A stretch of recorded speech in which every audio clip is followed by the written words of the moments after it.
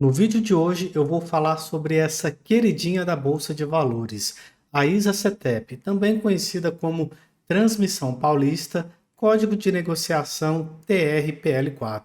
Pessoal, nesse vídeo eu vou dizer os pontos que você precisa ficar atento que não está sendo popular de ser falado por aí no mercado, porque como a ISA-CETEP ela é uma empresa que está performando muito bem quando coloca aqui no gráfico dos últimos 10 anos e está performando bem no gráfico dos últimos 5 anos e teve uma rentabilidade de 23,5%, uma variação nesse período, todo mundo só fala dessa empresa e só fala dos pontos positivos. E aqui eu quero falar dos pontos negativos dessa empresa que você precisa ficar atento. Eu irei abordar os seguintes temas sobre a transmissão paulista. O que você deve ficar atento: a Eletrobras, o tag-along, o imposto de renda, o fim do RBSE, CAPEX e dívida, preço teto e um recado importante. Mas antes, o que é a ISA-CETEP, Transmissão Paulista? A ISA-CETEP é a empresa privada líder no segmento de transmissão no setor elétrico brasileiro.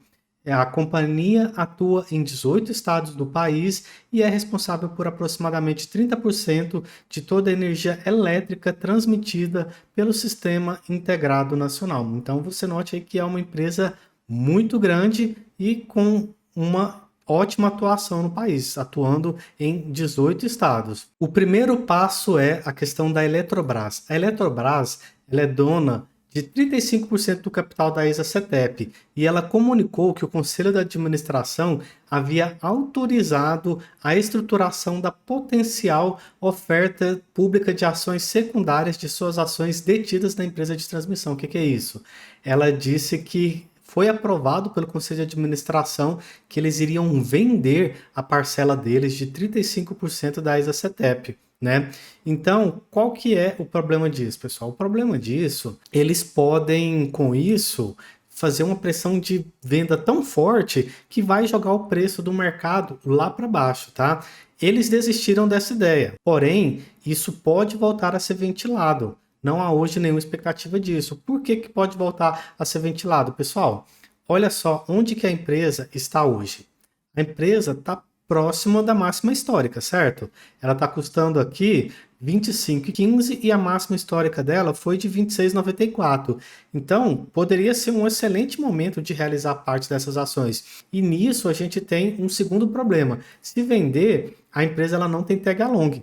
A empresa não tem tag along, então se o controle da empresa for adquirido por um valor maior do que está sendo negociado no mercado minoritário, não vai poder participar dessa oferta. O que é isso, Vitor? É o seguinte, vamos lá. A Eletrobras ela quer vender sua parte ali de 35,7%. Aí, hoje a cotação, como eu mostrei, ela está em R$ 25. Só que normalmente, quando alguém vai comprar o controle, uma vez que se você comprar 35%, você está comprando o controle, eles não pagam só 25%, eles pagam 25% mais um valor a mais, porque aí eles vão ter o controle da empresa. Então eles pagam ali com ágio ali de 20%. Então R$ 25 mais 20%, R$ 30. E aí, quando tem TH Long, os minoritários também participam dessa oferta de R$ 30, se eles quiserem. Mas como não tem, aí já ficou prejudicado. Então, esses dois fatores aqui são importantes para você, investidor de transmissão paulista. Normalmente, eles não comentam sobre isso, só que é importante que você tenha isso em mente. Outra coisa que eu quero falar aqui, pessoal, é sobre a questão do imposto de renda. Quando nós tivemos os resultados anunciados agora da ISA-CETEP, nós tivemos o seguinte, agora no quarto trimestre. A gente teve um lucro no quarto trimestre de 2022 de 364 mil, que foi para 901 mil. Aí você pensa, poxa, quase 600 mil de melhora, muito bom, né? Mas, pessoal, na verdade, teve isso aqui, ó. Teve de imposto de renda e contribuição 332 mil, o que não é normal. Normalmente, imposto de renda e contribuição social, eles fazem com que o preço, o lucro fique menor e não maior. E o que aconteceu aqui, pessoal? Aconteceu o seguinte, a companhia registrou receita de 351 milhões com imposto de renda e contribuição social sobre o lucro líquido. Então você precisa ficar atento que houve um evento não recorrente agora no quarto trimestre, que consequentemente em todo o ano de 2023, ok? Dando continuidade aqui, pessoal, eu quero falar sobre o possível fim do RBSE. A RBSE é basicamente o seguinte, pessoal. Antes de eu explicar o que é RBSE, vamos falar de como que funciona a apuração do imposto. Antes de eu explicar o que é a RBSE, eu preciso explicar como que é feita a apuração do lucro e pagamento de imposto, beleza? Então vamos lá. A empresa, no caso da Transmissão Paulista, tem a sua receita, tem todas as despesas e custos que são dedutíveis, né, para fins de imposto de renda, como por exemplo, custo com pessoal, como por exemplo a depreciação, são despesas dedutíveis. Qual que seria uma despesa não dedutível? O pagamento de multa. Poxa, você pagou uma multa ambiental, isso é uma despesa não dedutível. Então, receita menos custos e despesas dedutíveis menos depreciação, você chega a um lucro antes dos impostos, aplica ali 34% e chega no seu valor de imposto, certo? O que aconteceu? Por um longo tempo foi proibido depreciar toda a rede de transmissão. Por que foi proibido depreciar? Porque o governo estava querendo arrecadar mais. Aí ele proibia a depreciação, o lucro ficava maior e o imposto ficava maior. Aí depois de um tempo, negociação e tal, teve essa RBSE, que é uma maneira de compensar toda essa depreciação que não foi feita no passado, entendeu? É isso. É como se fosse uma indenização governamental. Esse pontilhado aqui é a receita com RBSE. E esse azul é a receita líquida operacional sem o RBSE. 1,9 bilhão de RBSE e de receita líquida operacional 2 bilhões. Ou seja, metade de toda a receita vem desse RBSE, que é, como eu expliquei, uma espécie de indenização. E qual que é o problema da RBSE, rapaziada? É isso aqui, ó. Ele só vai até o ano de 2028. Então, ó, 2023, 2024 ela pagou 2,3 milhões e ela vai só até 2028, pessoal. Dali para frente, a receita vai cair pela metade.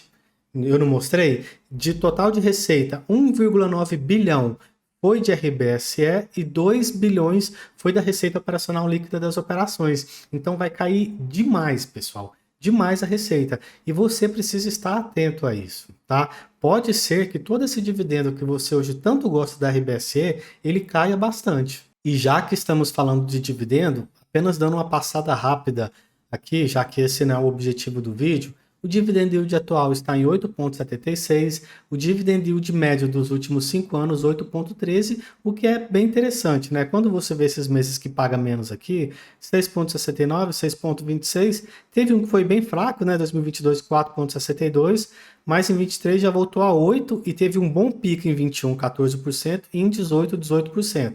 Então, é bom. Para mim, se nos últimos 5 anos pagou mais de 6%, eu já considero legal. Mas voltando. Mas aí uma dúvida que fica, poxa, então quer dizer que ela vai perder metade da receita, ela não está fazendo nada para melhorar isso? Está fazendo algo sim para melhorar isso. Olha, esse aqui, ele mostra as informações dos projetos em construção. Eu vou falar mesmo desses valores aqui, ó, desse 971, mas antes eu quero explicar uma coisa antes de chegar lá.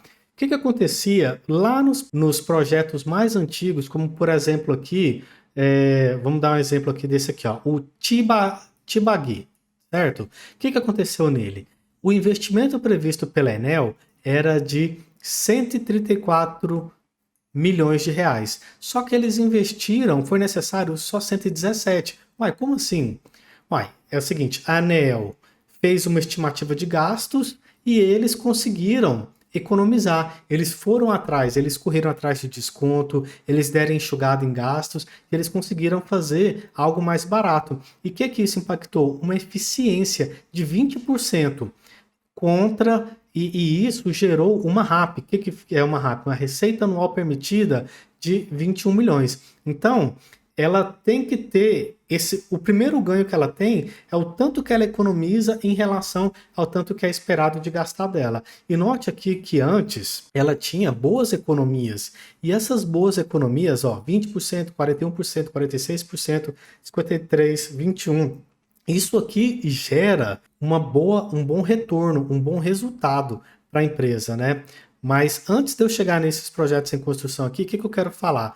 O pessoal soltou a seguinte matéria aqui em novembro de 2023. É hora de vender TRPL4? E o que eles falaram? Eles falaram o seguinte: a UBS rebaixou a recomendação da Isacetep de neutra para a venda com preço-alvo de 28 para 23. Os analistas Juliano, Gustavo e Henrique Simões destacam o aumento da agressividade observado nos leilões. O que tem a ver, Vitor? Aumento de agressividade, eles estão querendo dizer o seguinte: tá vendo essa eficiência aqui?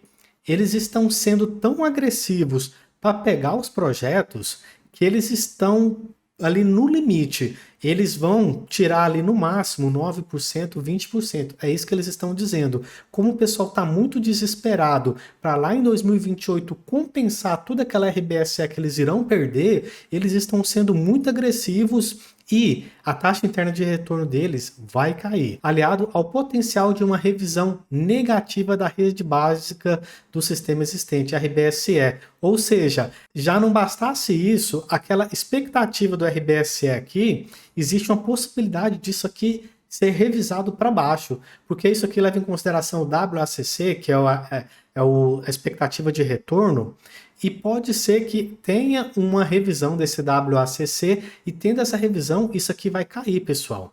Então, isso aqui é outro fator negativo que eles levaram em conta na hora de fazer essa matéria. E dando continuidade, além disso, eles afirmaram que os esforços da Eletrobras para vender suas ações da Isacetep podem exercer pressão descendente sobre suas ações, como eu falei. Se a Eletrobras vender isso aqui, pessoal, pode ser que o preço seja jogado lá para baixo, uma vez que eles irão vender 1/3 do valor das ações, né? Então, por isso que eu quis primeiro explicar essa primeira parte aqui do gráfico antes de dar continuidade. Pode ser que todo esse valor, esse retorno que hoje eles têm, seja diminuído em função deles estarem sendo muito agressivos nos leilões. Porque o leilão é basicamente o seguinte: temos aqui uma receita de 14,3 milhões com investimento estimado de 273. Quem dá mais lance? E se você ficar dando lance demais, quanto mais lance você dá, quanto mais concorrido o lance, menor a sua receita, menor a sua lucratividade. E o que eles estão fazendo para correr atrás disso? Olha só, isso aqui são os projetos em operação, que é daqui para cima, e projetos em construção. Projetos em construção, pessoal, eles têm o seguinte: eles têm hoje 11,3 bilhões, olha isso, 11,3 bilhões com um RAP esperado de 971, ou seja, não vai fazer frente a isso aqui tudo, ó. Não vai fazer frente. Eles estão prevendo colocar aqui 971 milhões, mas vão perder 2 bilhões. Então você já pode esperar que lá no futuro, se esse cenário continuar assim, eles vão ter uma receita menor, lucro menor, dividendo menor, tudo menor. E o que vai acontecer se esse pessoal continuar assim, investindo tanto, buscando tanto maiores receitas? Pode ser isso aqui, pessoal, CAPEX e dívida.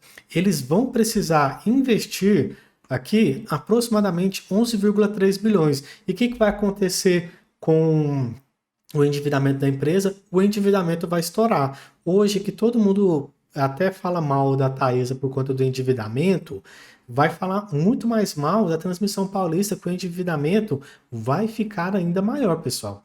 Referente ao endividamento, hoje eles possuem uma dívida líquida de 7,9 bilhões e essa dívida líquida está gerando uma dívida líquida sobre EBITDA de 1,89 de indicador. Porém, eles querem investir mais 11,3. Então, esse 1,89 aqui, pessoal, pode subir muito mais, pode subir para 4, 5. Então, já fique esperto. E aí, pessoal, o que eu fiz aqui, né? Eu dei uma analisada aqui, eu fiz o cálculo do preço teto. Eu fiz de duas maneiras. Primeiro, eu fiz pelo método de Gordon, que eu gosto bastante. Uma vez que ela é uma empresa que tem receitas previsíveis, que ela não oscila muito, que ela é uma boa pagadora de dividendos, o modelo de Gordon cai bem, tá? Mas agora, se ela não tiver essas coisas, receita previsível, estabilidade, é melhor você utilizar a técnica do fluxo de caixa descontado. Então, utilizando uma taxa de 2%, uma taxa de crescimento esperada, e qual que seria o preço teto quando a gente leva em consideração aquele critério do Barsi, né? Preço teto do Barsi. O preço teto do Barsi, pessoal, tem até o pessoal da AGF, né?